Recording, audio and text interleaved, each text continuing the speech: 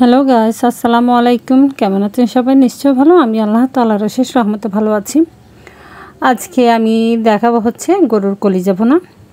আগে আমি গরুর কলিজাকে ছোট ছোট করে পিস করে একটু লবণ আর হলুদ দিয়ে সিদ্ধ করে নিয়েছি। কারণ লবণ হলুদ দিয়ে সিদ্ধ করে নিলে কি হয়, ময়লা পানি যেটা থাকে ওটা বের হয়ে যায়।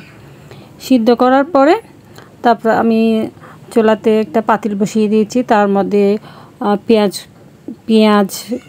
পেঁয়াজ বাটা, রসুন বাটা, আদা বাটা, তারপর হচ্ছে সরিষা বাটা, সামান্য নারকেল বাটা, তারপরে হলুদের গুঁড়া, মরিচের গুঁড়া, ধনিয়া, জিরা, গরম মশলা, লবণ এইসব দিয়ে ভালো করে কষিয়ে নিয়েছি।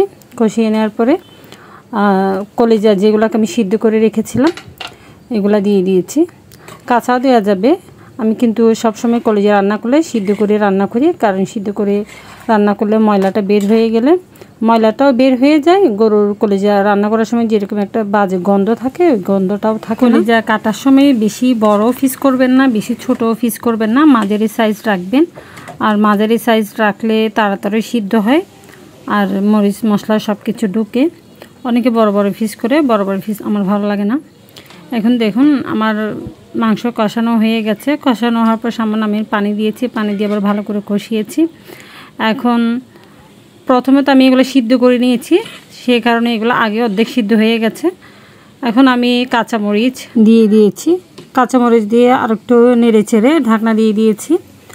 তারপরে ঢাকনা দেওয়ার পর ঢাকনা তুলে এখন আমি ধনেপাতা দিয়ে দিলাম। ধনেপাতা দেওয়ার পর ঢাকনাটা আবার দিয়ে দিব, কারণ ধনেপাতার একটা স্মেল থাকে আর কাঁচামরিচের স্মেল, এগুলো যেন একদম কলিজার সাথে মিশে যায়।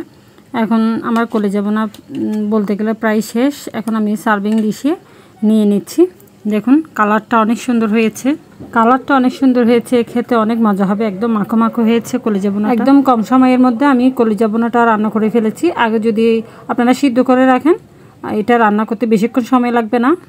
আগে সিদ্ধ করে রেখে দিলে আর রান্না করতে এত সময়ও লাগে না। একদম কম সময়ের মধ্যে আমার কলিজা ভুনা রান্নাটা কেমন হয়েছে আমাকে কমেন্টে জানাবেন। আসসালামু আলাইকুম, আল্লাহ হাফেজ।